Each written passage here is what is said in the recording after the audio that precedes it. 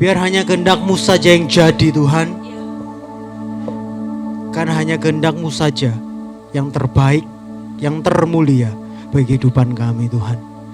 Pada siang hari ini kami mau duduk diam Tuhan. Kami mau buka telinga kami, kami mau buka hati kami untuk kami ditaburi oleh kebenaran-Mu, firman Tuhan itu. Tolong hamba-Mu yang terbatas, tapi percaya bahwa Roh Kudus tidak terbatas melawat setiap pribadi demi pribadi. Biarlah firman Tuhan itu yang tertanam, yang akan tertabur di tanah hati kami yang subur. Benih firman Tuhan itu akan tertanam, bertumbuh dan berbuah dengan lebatnya. Tolong juga Tuhan Yesus buat adik-adik youth dan teens yang juga akan mendengarkan kabar baik Injil di lantai 2. Engkau yang memberkati anak-anak ini dan juga para teacher yang akan mengajar mereka Tuhan. Engkau yang berikan kuasa Roh Kudus supaya melalui pemberitaan Injil yang akan mereka beritakan kepada anak-anak ini benar-benar anak-anak juga akan dapat mengenal Engkau sebagai Tuhan dan Juru Selamat. Thank you Jesus, thank you Lord. Kami siap mendengarkan kebenaran-Mu hanya di dalam nama Tuhan Yesus Kristus. Haleluya.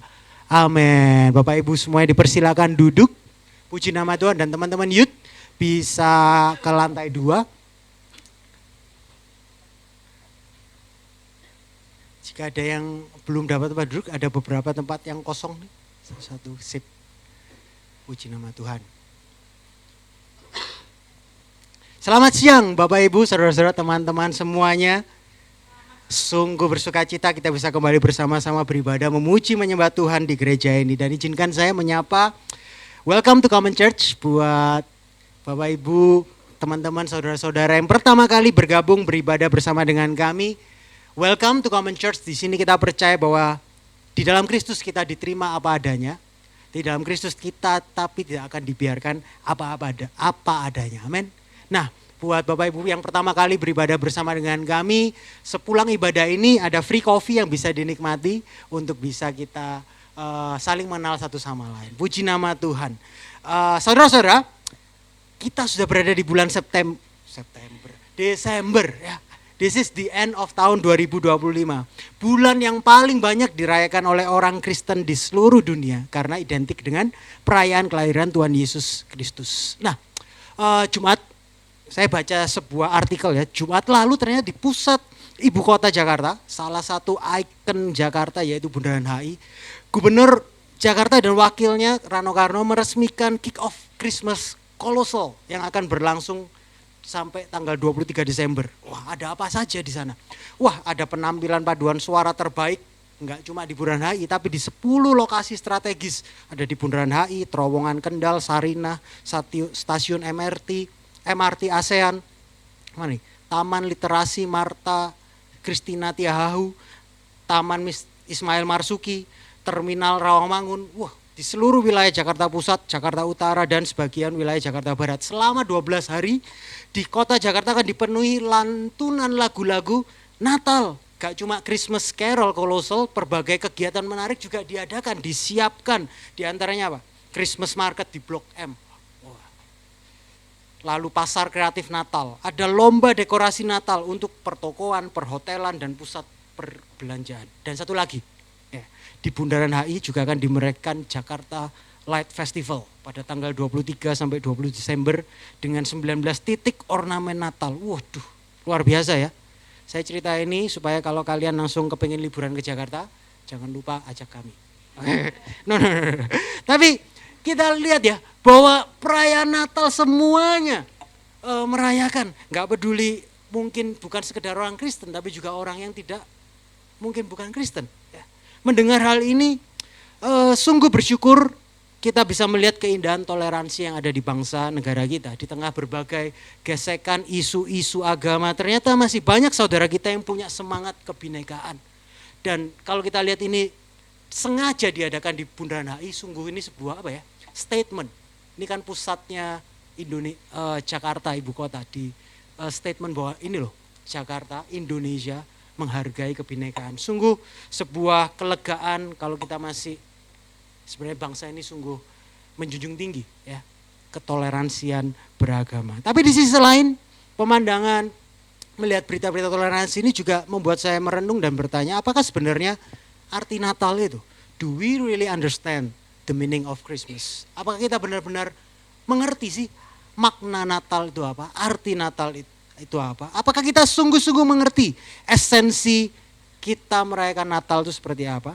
Atau selama ini kita hanya merayakan tradisi, dekorasinya, suasananya, tetapi kita lupa sebenarnya apa yang sedang kita rayakan. Saudara saya mendapati bahwa kita sering mengenang sensasi perayaan Natal, tapi kita jarang merenung akan esensi Natal. I don't know about you, tapi ini seringkali terjadi kepada kita semuanya, benar? Kita ingat suasananya, tapi kita lupa maknanya. Kita ingat musik-musiknya, hadiahnya, kumpul-kumpulnya, fellowship-nya, tapi kita lupa apa inti Natal sebenarnya. Dan esensi Natal ini sebenarnya tidak bisa terlepas dari satu sosok pribadi, yaitu Yesus Kristus Sang Mesias, Juru Selamat, Sang Anak Allah. Yesus ini kan bukan hanya tokoh historis ya, dia bukan hanya sekedar guru moral, ia bukan sekedar nabi, bukan. Tapi ia adalah Allah yang menyatakan dirinya menjadi manusia.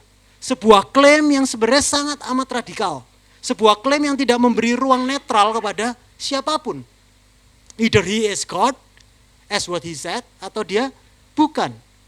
Makanya teolog abad ke-20 yang telah memberkati tubuh Kristus dengan luar biasa melalui buku-bukunya, yaitu J.I. Packer dalam bukunya Knowing God, dia berkata, misteri terbesar yang dihadapkan Injil kepada kita, apa itu? Adalah pesan Natal yang berbunyi bahwa Allah menjadi manusia. That God become man.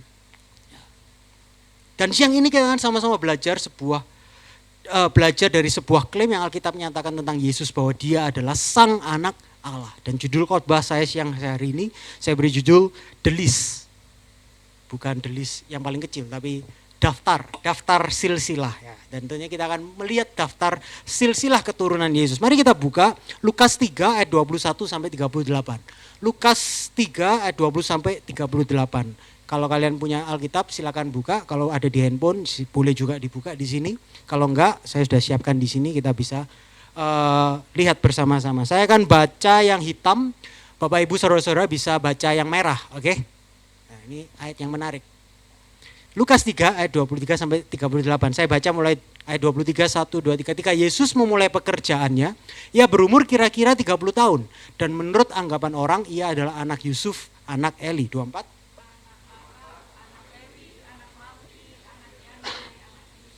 Anak Matica, anak Amos, anak Nahum, anak Hesli, anak Nagai.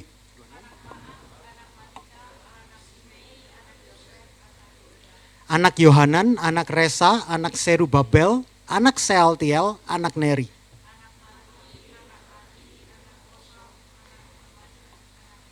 Nah, sudah saya prediksi, tambah lama tambah kecil soalnya. Semangat. Anak Yesua, anak Eliezer, anak Yorim, anak Matat, anak Lewi.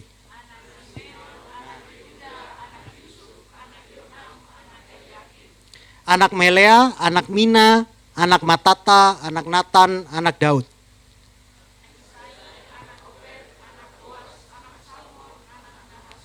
Anak Aminadab, anak Admin, anak Arni, anak Hesron, anak Peres, anak Yehuda.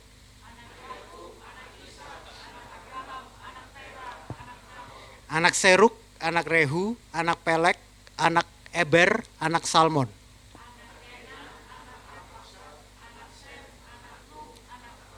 Semangat, ntar lagi selesai. Anak Metusalah, anak Henok, anak Yared, anak Mahalaleel, anak Kenan. Puji Tuhan, demikianlah firman Tuhan. Habis baca ini sepertinya saudara-saudara pada bertanya dalam hati, ini kenapa kok baca ayat bacaannya diambil ayat ini ya? Bahkan mungkin beberapa dari kalian dalam hati secara jujur berkata, Pastor, kalau ada yang bagian kayak gini biasanya saya baca, itu langsung saya skip Bible reading saya ya. Bagian ini nama-namanya panjang, sulit dibaca, seolah-olah gak ada relevansinya dengan kehidupan kita. Ya. Tapi saya mau bilang bahwa sesungguhnya silsilah ini nama-nama bukan sekedar daftar nama. Ya. Tapi apapun alasan kita bingung dengan ini, coba kita meninjau ulang. Kalau kita bicara tentang silsilah, bukankah sebenarnya silsilah keluarga itu sangat mempengaruhi cara kita melihat diri kita? Atau dengan kata lain, silsilah keluarga itu sebenarnya punya peranan yang besar dalam membentuk identitas diri kita. Kalau kalian ingat beberapa bulan yang lalu kalau nggak salah, ada sebuah yang heboh tentang pewaris dan perintis. Benar? Di medsos gempar tentang pewaris dan perintis. Bukankah statement pewaris dan perintis, kalau kita ini seorang pewaris, silsilah keluarga seringkali menentukan nasib seseorang. Oke, betul? Kalau pewarisnya ini memang sudah dari zaman dulu, kita punya nenek buyut, kakek buyut, seorang miliarder, itu menentukan nasib kita. Oh, identitasnya saya anak orang kaya. Sedangkan yang perintis, wah harus berjuang karena orang tua saya tidak punya apa-apa, saya harus memperjuangkan diri saya sendiri. Silsilah keluarga dianggap bisa menjadi sebuah privilege atau malah membawa aib. Silsilah keluarga bisa membawa kemudahan atau justru menjadi beban dalam kehidupan. Dan secara nggak langsung itu membentuk identitas kalian melihat diri sendiri, pewaris atau perintis. Atau kalau di sini banyak tampang-tampang seperti saya, mata sipit, keturunan Chinese, benar? Budaya Tionghoa, budaya Chinese. Siapa yang pernah senasib sama saya kalau ketemu sama, mohon maaf, yang agak senior, susu-susu ai-ai, sering-sering, namanya siapa nyo? Sam. Oh Sam, anaknya siapa kamu nyo? Nah, apalagi di kota kecil, bener? Lalu sebutkin nama, lah langsung orang punya persepsi tentang siapa diri kita.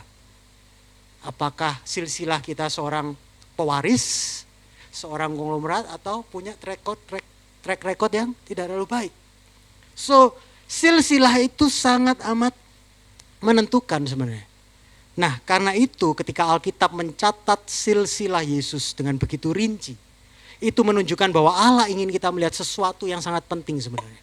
Bahwa silsilah Yesus bukan sekedar hanya side notes itu bahasa Indonesia apa? Catatan pinggir, catatan tambahan. Itu bukan hanya catatan yang kecil saja, tapi silsilah ini menyatakan sesuatu yang sangat penting. Setidaknya saya pelajari ada 3 hal yang Tuhan mau nyatakan melalui silsilah, yang firman Tuhan. Silsilah Yesus menyatakan bahwa Allah setia dengan janji-janjinya. Panjang sekali, itu beribu-ribu, berpuluh-puluh keturunan, dan itu ribuan tahun. Menyatakan bahwa Allah setia janjinya mengirimkan juru selamat kepada kita. Yang kedua, bahwa Allah bekerja melalui manusia yang rapuh. Kalau kalian lihat silsilah di kitab Matius, ada nama-nama yang seharusnya tidak ada di sana, namanya aib. Ya. Kalau kita tanya, nyo kamu anaknya siapa, keturunannya siapa, kadang kita selalu skip nama, mungkin keluarga kita yang kita tahu itu membawa aib dalam keluarga nggak dituliskan. Tapi kalau kita lihat silsilah Yesus, nama-nama yang membawa aib tetap dituliskan.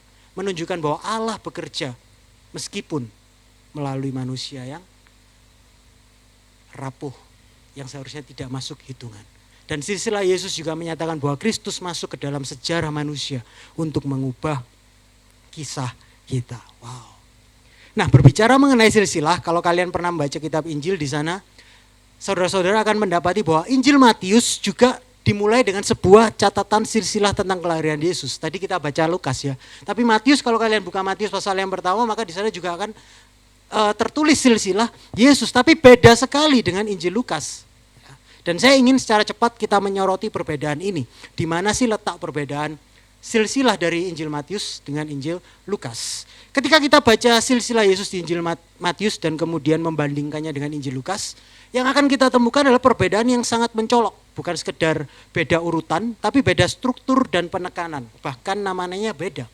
Kalau kalian baca Matius, maka Matius menuliskan mulai dari Abraham, lalu maju terus sampai Yesus. Ya, Daud, Yusuf, Yesus. Tapi Lukas justru mencatatnya backwards. Lukas memulai dari Yesus, ditarik mundur sampai Adam, kemudian diakhiri dengan anak Allah. Seolah-olah ada 2 garis keturunan yang sama sekali berbeda. Dan kalau kita mau pelajari lebih rinci, ada satu pertanyaan besar yang sering muncul. Mengapa Matius mencatat Yusuf, papanya Yesus, itu sebagai anak Yakub? Tadi kalau kalian rinci tadi anak Yakub, anak Yesus, anak Yakub, anak Eli, ya kan? Sebagai anak Yakub. Matius menculis sebagai anak Yakub. Karena Matius 1 ayat 16 di sana kata Yakub memperanakan Yusuf suami Maria yang melahirkan Yesus disebut Kristus. Tetapi di Lukas yang tadi kita baca, Lukas mencatat Yusuf itu sebagai anaknya Eli. Mencatat Yusuf sebagai anak Eli. Lukas 3 ayat juga, ia adalah anak Yusuf, anak Eli, yakni Yesus. Perbedaan signifikannya kelihatan ya. Pertanyaannya kemudian, Yusuf ini anaknya siapa? Kalau kita membaca Injil Matius dikatakan Yusuf suami Maria ini diperanakan oleh Yakub. Jadi kesimpulan dari Injil Matius, Yusuf adalah anak dari Yakub. Tapi kalau kita compare dengan Injil Lukas, dikatakan Yusuf adalah anak Eli. Sehingga pertanyaan Yusuf ini anaknya siapa? Anaknya Bapak Yakub atau Bapak Eli? Pertanyaan, ini mata-matanya, aduh, pastor, yang penting anaknya Bapak pastor. Ya, yang pasti bukan anaknya saya. Secara kasat mata ini tampak seperti kontradiksi ya. Seakan-akan Alkitab gak konsisten. Bahkan kadang ada yang menyerang. Loh ini loh bukti Alkitab itu salah. Benar? Apakah ini artinya Alkitab kita salah? Apakah artinya ini bukti bahwa Alkitab kita tidak dapat dipercaya? Saudara-saudara, inilah momen di mana kita perlu kembali kepada fondasi iman kita. Ya, makanya di sini kita perlu tahu yang namanya doktrin. Jangan anti sama yang namanya doktrin. Alkitab itu firman Allah dan jika Allah tidak mungkin salah, maka firmannya nggak mungkin salah. Karena itu sebelum kita menjawab pertanyaannya, kita perlu tahu tentang doktrin yang sangat penting tentang Alkitab, yaitu bahwa Alkitab itu punya doktrin yang namanya ineransi Alkitab. Bahwa Alkitab tidak mengandung kesalahan dalam naskah aslinya. Ya, itu namanya ineransi Alkitab. Tapi juga ada doktrin yang kedua bahwa infalibilitas Alkitab, bahwa Alkitab tidak mungkin salah dalam apapun yang diajarkannya. Ya. Jadi kita perlu tahu dan kita pegang dengan iman bahwa Alkitab itu tidak mengandung kesalahan dalam naskah aslinya dan Alkitab juga tidak mungkin salah dalam apapun yang diajarkannya. Ya. Yang bisa salah adalah orang yang mengajarkannya, menafsirkannya. Tapi Alkitab tidak mungkin salah dalam apapun yang diajarkannya. Dengan kata lain, jika Allah itu benar, maka firman-Nya pun pasti benar. Nah, lalu bagaimana menjelaskan perbedaan silsilah tadi di Matius dan Lukas? Jawabannya sebenarnya dapat ditemukan pada tujuan sang penulis. Tujuan penulisan dari Matius dan Lukas. Ternyata mereka punya tujuan yang lain, berbeda dalam penulisannya. Nah, Matius bertujuan menuliskan kitab Matius itu untuk menunjukkan bahwa Yesus itu adalah keturunan sah dari Daud. Yesus adalah sah mewarisi tata Daud. Karena apa? Pembaca mula-mula kitab Matius adalah orang-orang Yahudi yang sedang menanti datangnya Mesias dari keturunan Raja Daud. Oleh sebab itulah Matius itu mencatat garis keturunan silsilah itu dari sisi legal atau hukum. Garis keturunan kerajaan Daud melalui ya Yusuf, ayah sah dari Yesus. Sedangkan Lukas beda. Tujuan Lukas adalah Lukas mau menunjukkan bahwa Yesus ini sungguh-sungguh adalah manusia seutuhnya, manusia yang sejati, keturunan Adam. Karena pembaca mula-mula kitab Lukas itu ditujukan bagi orang-orang Yunani yang menolak kemanusiaan Yesus, yang menolak kemanusiaan Allah. Karena menurut mereka tidak mungkin Allah itu yang adalah roh mau jadi manusia. Mereka itu menganut pemahaman gnosticism yang bahwa nggak mungkin roh, tubuh ini tubuh yang hina. Jadi roh itu mulia. Oleh sebab itu Lukas mencatat garis keturunan secara biologis darah, garis kemanusiaan Yesus melalui Maria, ibu kandung Yesus. Jadi singkatnya kedua silsilah ini nggak bertentangan tapi saling melengkapi. Oke Pastor, oke Sam. Tapi itu kalau menjawab pertanyaan, siapa bapak Yusuf? Ya kan? Siapa kakeknya Yesus ini? Kenapa Yusuf disebut anak Eli di Injil Lukas dan Yakub di Injil Matius? Dan ini kuncinya, penjelasannya ada pada kata anak di Lukas 3 ayat 23. Anak dalam bahasa aslinya pakai kata huios yang dapat dimengerti sebagai anak laki-laki atau ternyata kata yang sama juga dipakai untuk anak menantu laki-laki atau anak adopsi laki-laki. Nah, beberapa penafsir mengatakan jadi artinya besar kemungkinan Yusuf ini diangkat menjadi anak oleh Eli yang adalah sebenarnya ayah Maria. karena pertunangan atau pernikahannya dengan Maria. Gampangnya gini loh, ayah kandung Yusuf itu Yakub yang sesuai ditulis Matius, tetapi ayah mertuanya karena pernikahan dengan Maria adalah Eli, sehingga keduanya adalah benar kakek Yesus itu Yakub dan juga Eli. Oke. Jadi itulah jawaban dari perbedaan catatan kedua silsilah yang muncul di Matius dan Lukas. So saudara-saudara, apa yang bisa kita pelajari? Bahwa Alkitab itu gak pernah salah. Yang sering salah itu asumsi kita, penafsiran kita akan Alkitab. Nah, kembali kepada teks utama kita di Injil Lukas. Tadi saya katakan bahwa di Injil Lukas memproklamasikan kemanusiaan Yesus secara jelas. Karena apa saudara-saudara? Karena kalau kita baca ayat sebelum ayat 23, yaitu pas ayat 21 dan 22, Lukas di sana dengan sangat singkat menjelaskan tentang keilahian Kristus secara gamblang. Mari kita lihat ayat di atas ayat 23 yang tadi kita baca ya. Sebelum Lukas menulis silsilahnya, Lukas menuliskan peristiwa ketika Yesus dibaptis. Ketika seluruh orang banyak itu telah dibaptis, dan ketika Yesus juga dibaptis dan sedang berdoa, terbukalah langit dan turunlah Roh Kudus dalam rupa burung merpati ke atasnya. Dan terdengarlah suara dari langit, engkaulah anak yang kukasihi, kepadamulah aku berkenan. Kembali lagi saya mau ajak kita compare. Matius juga menceritakan tentang proses baptisan Yesus. Pada pasal-pasal setelah pasal yang pertama. Tapi Lukas mencatatkannya di awal. Yaitu sebelum dia mencatatkan tentang silsilah Yesus. Kenapa kok dicatat seperti ini? Apa yang mau Lukas sampaikan kepada pembaca mula-mula dan kepada kita pada siang hari ini? Sepertinya Lukas itu dengan sengaja ingin mengekspos apa? Keilahian Yesus. Dan pada yang saat bersamaan dikontraskan. Lukas ingin menjelaskan tentang kemanusiaan sejati dari Yesus. Nah, pertanyaan kenapa kok perlu dikontraskan? Kenapa kok Lukas mau menjelaskan hal ini? Karena yang dengerin. Karena bahwa hanya Allah yang sejati dan Allah yang adalah manusia sejati yang sanggup menebus dan menyelamatkan manusia dari hukuman dosa. Itulah mengapa Lukas sengaja menutup daftar istilahnya dengan kata-kata anak Adam, anak Allah. Injil Lukas begitu berniat menelusuri garis keturunan Yesus sampai all the way back sampai kepada Adam dan menutupnya dengan kalimat anak Allah. Karena Lukas sedang memperlihatkan kepada kita bahwa Yesus bukan hanya figur istimewa dalam sejarah, ia bukan hanya seorang guru dengan ajaran moral yang baik, ia bukan hanya seorang nabi, tapi dia juga bukan hanya seorang manusia yang luar biasa, tapi Yesus adalah Allah yang turun ke dunia. Dan juga di saat bersama dia adalah manusia yang sungguh-sungguh masuk ke dalam sejarah dan realitas kehidupan manusia. Dan bukankah fakta inilah yang seringkali ditentang oleh banyak orang-orang di luar Kristus, di luar Kristen. Ya, mereka gak bisa memahami sebuah realitas yang memang melampaui akal manusia ini. Tapi mengapa ini penting untuk kita pahami pada siang hari ini? Karena ini loh. Karena untuk menyelamatkan kalian dan saya, menyelamatkan manusia, Sang Penebus itu memang harus punya dua syarat. Yaitu ia harus menjadi manusia yang sejati, dan ia harus adalah Allah yang sejati. Nah, mari kita lihat satu-satu. Mengapa Sang Penebus itu harus manusia sejati dan harus Allah sejati? Kita mulai dari mengapa Sang Penebus harus manusia sejati. Saudara-saudara, untuk menebus manusia, Sang Penebus kita itu harus menjadi manusia sejati. Kenapa?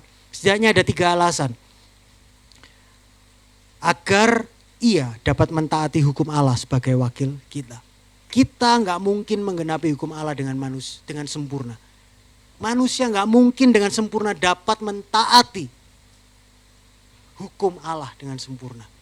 Tetapi Yesus melakukannya. Bukan sebagai Allah yang tidak bisa berdosa, tapi sebagai manusia yang menjalani ketaatan dengan sempurna. Wow. Yang kedua, agar ia dapat menanggung hukuman dosa manusia. Hukuman dosa manusia harus ditanggung oleh manusia, bukan malaikat, bukan makhluk lain. Karena itulah Yesus menjadi manusia untuk menggantikan kita yang seharusnya mati. Tapi dia menggantikan kita di bawah murka Allah. Yang ketiga, mengapa Sang Penebus harus jadi manusia? Agar ia dapat merasakan kelemahan kita juga. Ibrani 4 ayat 15 berkata, sebab imam besar yang kita punya bukanlah imam besar yang tidak dapat turut merasakan kelemahan-kelemahan kita. Sebaliknya sama dengan kita, ia telah dicobai, hanya bedanya apa? Dia tidak pernah berbuat dosa. Artinya apa? Yesus ketika jadi manusia seutuhnya, dia pernah lapar, ia pernah letih, ia pernah menangis, ia pernah mengalami pengkhianatan, ia dicobai dengan cobaan yang sama dengan kita. Tapi bedanya dia tidak berdosa. Tapi bukan hanya itu saja kan. Dikatakan Sang Penebus manusia sejati, tapi dia juga harus Allah yang sejati. Mengapa Yesus harus Allah yang sejati? Mengapa penebus itu harus Allah sejati? Karena dengan keadaannya yang sebagai Allah yang sejati, yang ilahi, ketaatan dan kesengsaraannya dapat sempurna dan memuaskan keadilan Allah sepenuhnya dan selama-lamanya. Yesus harus Allah sejati agar dia dapat menanggung murka Allah yang adil terhadap dosa dan mengalahkan kematian. Bukti bahwa dia Allah sejati, Yesus bangkit pada hari yang ketiga dari kematian. Dia mengalahkan maut. So, Yesus Allah yang sejati dan manusia sejati. Artinya apa? Yesus bukan hanya mengerti pergumulan kita sebagai manusia, tapi kita juga punya penebus yang berkuasa mengatasi segala pergumulan kita sebagai Allah. Itulah sebabnya saudara-saudara, Yesus harus Allah sejati dan manusia sejati. Karena dia adalah manusia sejati, kita tidak bisa berkata kepada Yesus, engkau gak tahu seperti apa rasanya. You don't know what it's like untuk menjalani hidup sebagai manusia. Ia tahu. Yesus mengerti. Ia pernah berada di sini. Ia pernah jadi manusia seperti kalian dan saya.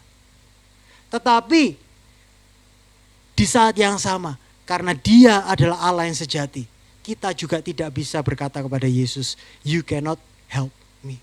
Engkau tidak bisa menolong saya. Kenapa? Karena dia adalah Allah yang sejati. Dia berkuasa atas segala-galanya. Wow, isn't that wonderful? Isn't that powerful? Bahwa penebus kita adalah sepenuhnya manusia dan sepenuhnya Allah. Sebab itulah kita beroleh pengharapan. Nah, jika kita mengerti poin ini bahwa Yesus sepenuhnya Allah dan sepenuhnya manusia, maka kita mungkin bisa mulai memahami mengapa Natal itu adalah sebuah kabar baik. Karena Natal bukan sekedar cerita bayi manusia di palungan. Natal bukan sekedar dekorasi, kado atau perayaan kumpul-kumpul keluarga besar. Tapi Natal itu adalah sebenarnya berita bahwa Kristus datang, Allah datang ke tempat kita untuk membawa kita ke tempat dia berada. Ia datang turun ke dunia agar kita ini punya pengharapan. Ia jadi manusia agar kita enggak pernah sendirian. Dia bisa merasakan apa yang kita rasakan. Ia menanggung salib agar kita tidak lagi hidup di dalam kutub dosa. Dan ia juga bangkit agar kita punya masa depan. So saudara-saudara, inilah kabar yang seharusnya membuat Natal itu berbeda dari perayaan apapun di dunia.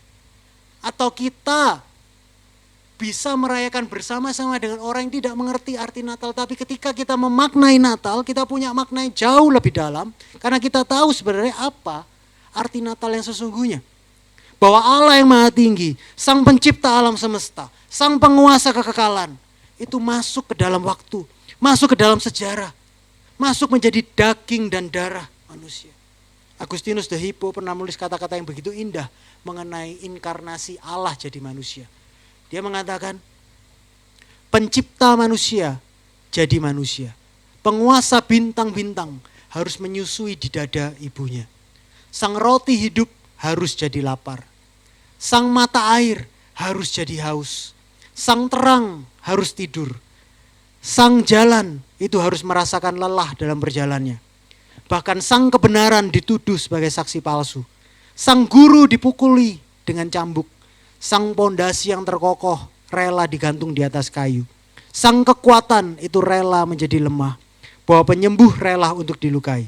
Sang pencipta kehidupan rela mati. Wow.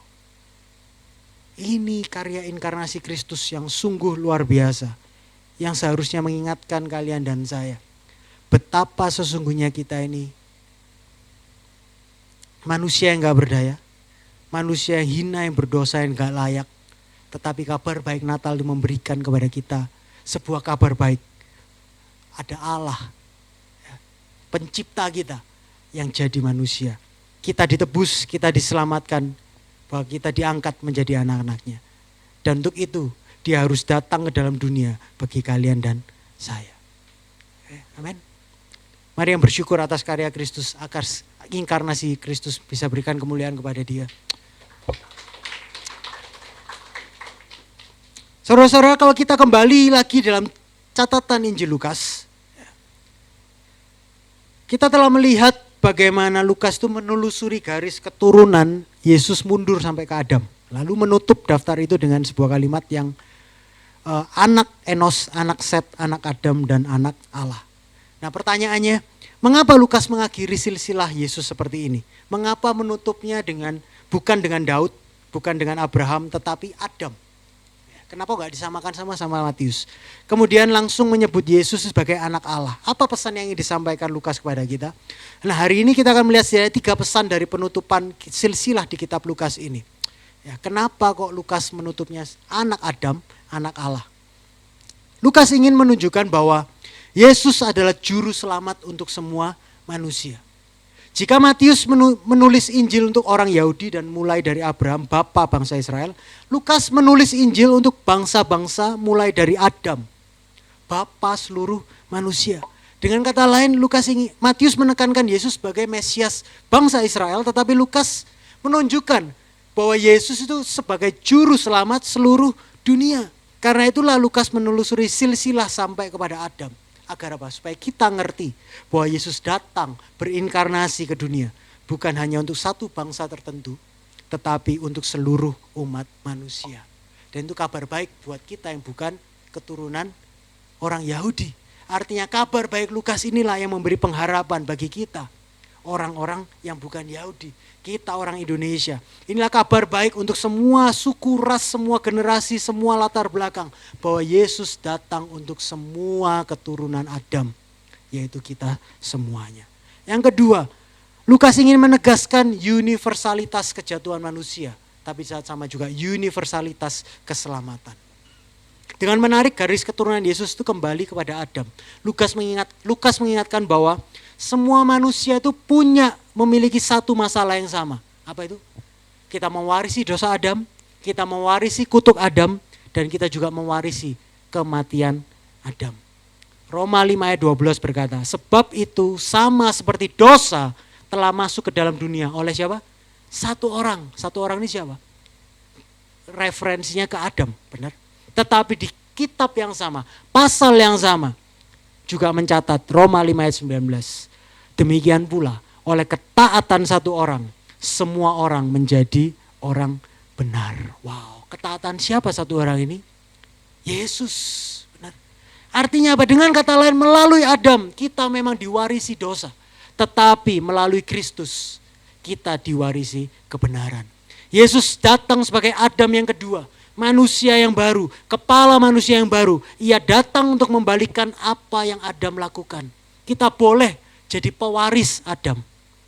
Tetapi kita bersyukur Yesus datang. Supaya apa? Adam gagal, tapi Kristus menang. Adam jatuh, tapi Kristus taat.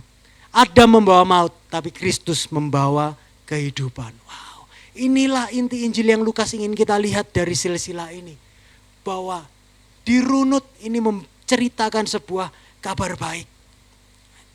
Dan yang ketiga, Lukas ingin memperlihatkan bahwa Kristus masuk ke dalam sejarah manusia. Itu untuk mengubah kisah hidup kita. Saudara-saudara, kalau tadi saya ajak dengan sengaja kalian membaca nama-nama itu anak-anak, anaknya siapa? Itu salah, ada anaknya admin, ya kan? Ada anaknya macam-macam itu kan. Memang saya sengaja untuk mengajak kita membaca itu. Karena apa? Sebagian besar nama dalam silsilah Lukas itu sebenarnya tidak pernah kita dengar di bagian Alkitab lain. Benar? Mereka itu apa sih mau catat? Mereka itu adalah orang-orang biasa. Orang-orang yang mungkin tidak pernah terkenal, tidak spektakuler, gak pernah dicatat. Dengan kata lain, they are just common people.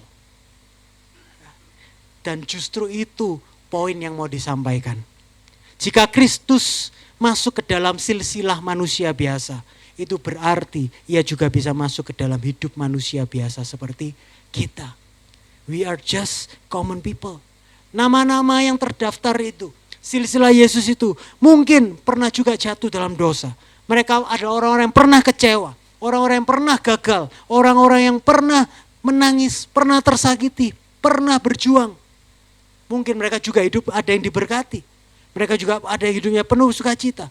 They are just common people sama seperti kita semua pada siang hari ini. Dan dari puluhan nama itu, pada akhirnya semuanya punya satu kesamaan juga. Mereka semua suatu saat akan menghadapi kematian. Kenapa? Karena semua manusia mewarisi dosa dan kefanaan dari Adam. Tapi puji Tuhan, karena melalui catatan silsilah yang tadi kita baca, kita manusia berdosa punya pengharapan. Dan dari mana datangnya pengharapan itu? Jawabannya karena Yesus ada di dalam silsilah itu. Karena di dalam daftar itu ada satu nama yang berbeda dari nama-nama yang lainnya, yaitu namanya Yesus. Dan ini kabar baiknya. Yesus datang bukan sekedar untuk melengkapi daftar silsilah itu, tetapi Yesus datang untuk mengubah seluruh makna daftar silsilah itu. Amin. Tanpa Yesus di dalam silsilah itu, semua akan binasa. Tanpa ada nama Yesus dalam silsilah itu, semua tidak punya pengharapan. Tanpa ada nama Yesus di dalam silsilah itu, tidak ada yang bisa menyelamatkan dirinya sendiri. Tetapi karena ada Yesus di dalam silsilah itu, semua nama-nama tadi, the common people, punya pengharapan di dalam Kristus Yesus. Wow. Saudara-saudara, Bapak Ibu, teman-teman semuanya, saya sangat senang dengan apa yang ditulis Tim Keller dalam bukunya The Hidden Christmas. Di sana dia mengatakan, Natal adalah akhir dari pemikiran bahwa Anda lebih baik daripada orang lain. Karena Natal menyaksikan bahwa Anda tidak akan pernah dapat ke surga dengan usaha diri sendiri. Tuhan harus datang kepada Anda. Kabar baik Christmas itu apa sih? Itu menghancurkan kebanggaan kita akan kemampuan kita. Bahwa kita ini bisa menyelamatkan diri sendiri. Bahwa kita ini kuat, bahwa kita ini mampu. Kalau itu yang sudah bisa dilakukan oleh manusia, Allah gak perlu turun berinkarnasi jadi manusia. Tetapi Natal adalah seharusnya menjadi akhir untuk kita ini mengandalkan kekuatan kita sendiri. Artinya kita ini gak bisa menyelamatkan diri kita sendiri. Artinya kita ini gak cukup baik, kita ini gak cukup kuat, kita gak cukup benar. Tapi puji Tuhan, kita punya Allah yang rela dan mau datang kepada kita. Berinkarnasi jadi manusia. Untuk apa? Untuk membawa kita ke tempat Dia berada.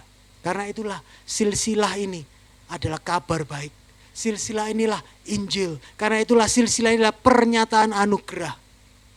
Yang percaya dan mengamininya bisa katakan amin. Wow. Amin. Jadi yang kita baca ini bukan sekedar cuma nama-nama. Di balik nama-nama itu ada berita anugerah yang luar biasa.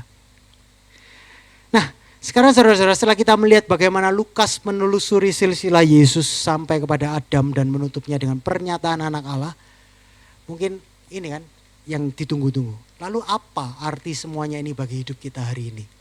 Apa relevansinya? Apa dampaknya? Bagaimana kebenaran Injil yang kita lihat dalam silsilah ini mengubah hidup kita hari ini?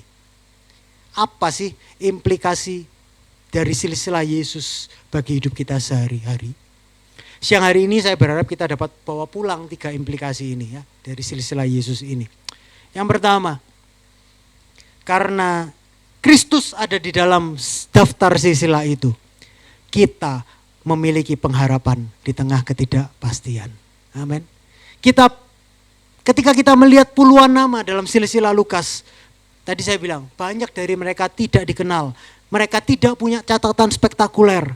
Bahkan mereka tidak meninggalkan jejak yang patut dituliskan di dalam Alkitab.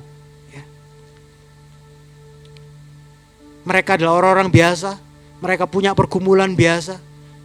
Mereka adalah orang-orang dengan penderitaan. Mereka adalah orang-orang dengan masalah-masalah, dengan kelemahan-kelemahan yang mungkin sama dengan kita. Ya. Tetapi di tengah semuanya itu, Allah tetap bekerja, menggenapi janjinya untuk menghadirkan juru selamat melalui orang-orang biasa tersebut. Dari generasi ke generasi, Allah tetap pegang kendali, dan puncaknya Allah menghadirkan Kristus di tengah-tengah sejarah manusia. Maka saudara-saudara, implikasinya silsilah ini berkata kepada kita sebenarnya, jika Allah setia dari generasi ke generasi, Ia juga adalah Allah yang setia di dalam kehidupan kita hari ini. Meskipun kita tidak melihatnya, Dia bekerja dalam kehidupan kita. Allah seringkali bekerja di balik layar. Kemarin di Common Kids kita melakukan sedikit drama ya. Anak-anak menyaksikan drama dengan wow, banyak pergantian. Tapi mereka nggak tahu di balik sebuah perform ini ada seorang teacher mereka yang mengatur segalanya di balik layar sehingga semuanya dapat berjalan menampilkan sebuah performan yang luar biasa. Anak-anak nggak ngerti.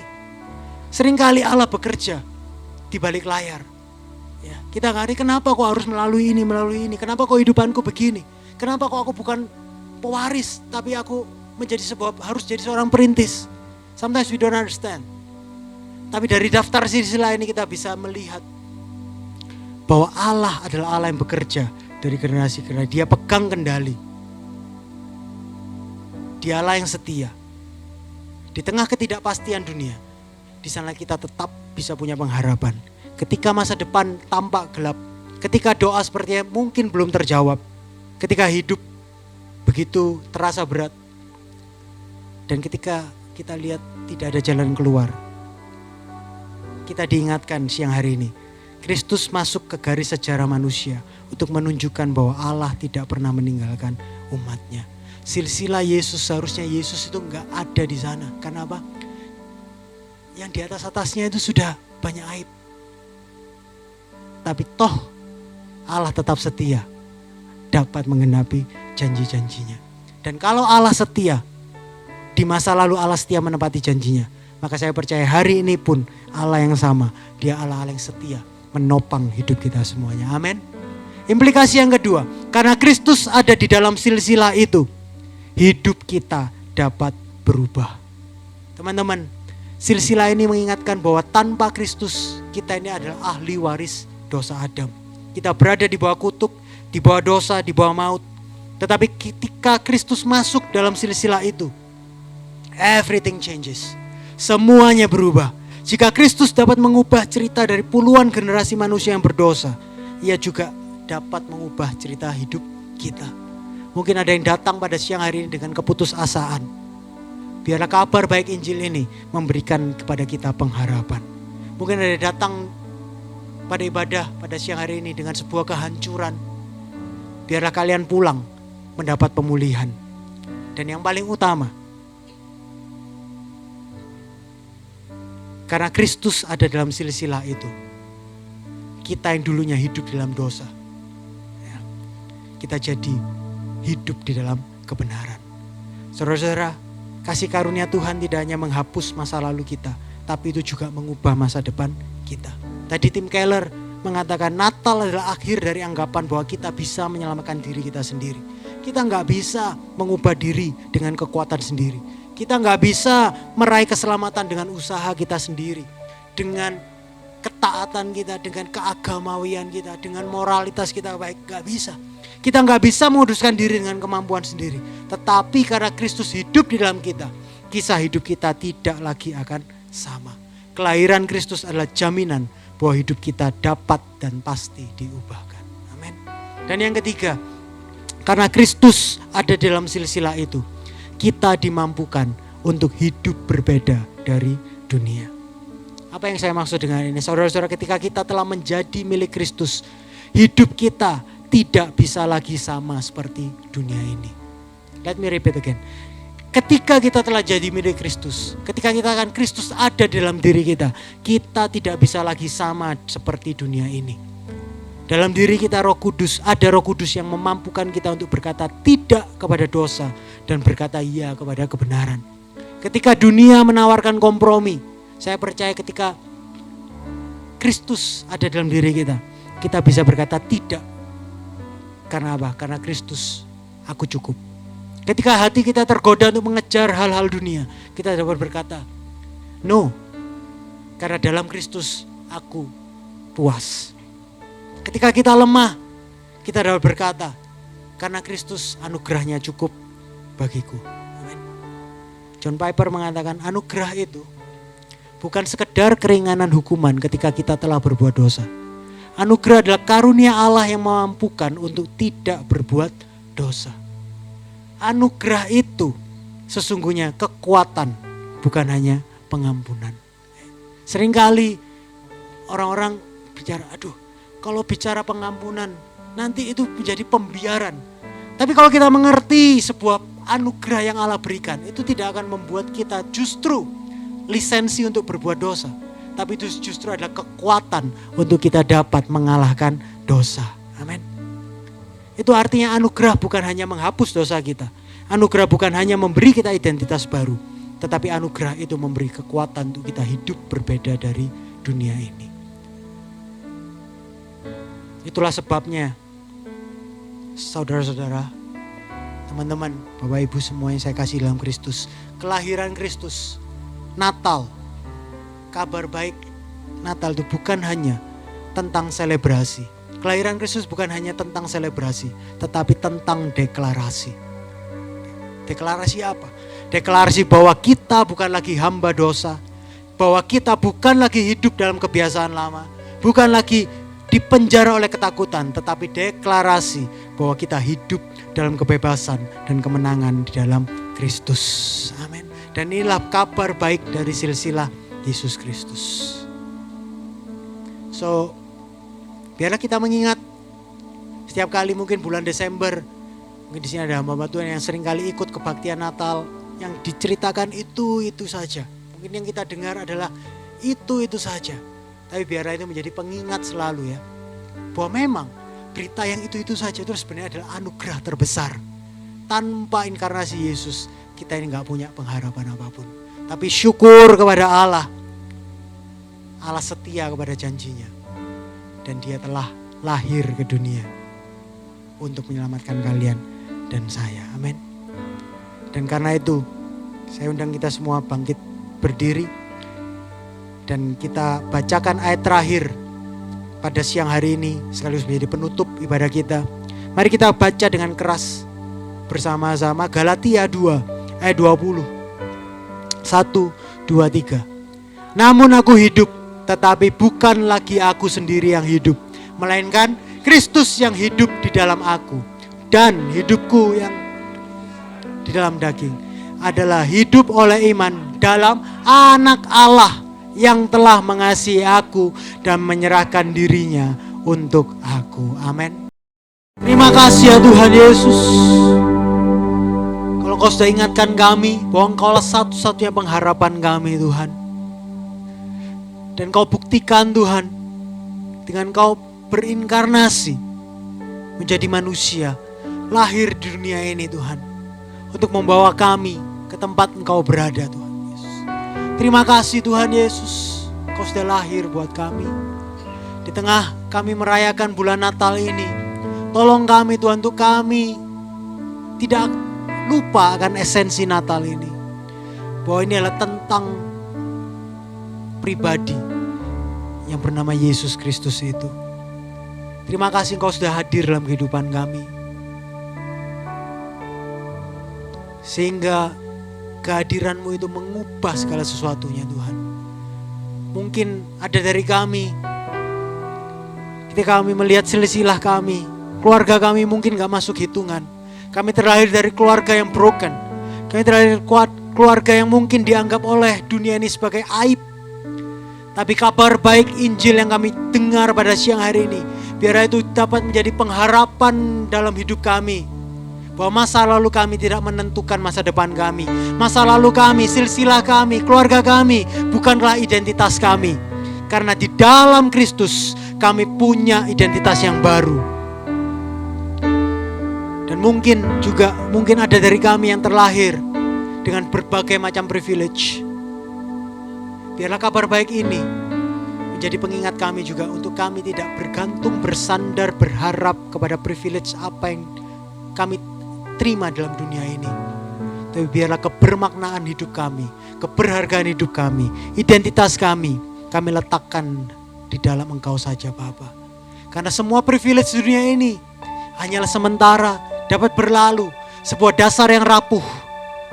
Tapi biarlah kami berdiri kokoh di atas pondasi yang sejati, pondasi yang kokoh itu, yaitu di dalam pribadi Yesus Kristus itu.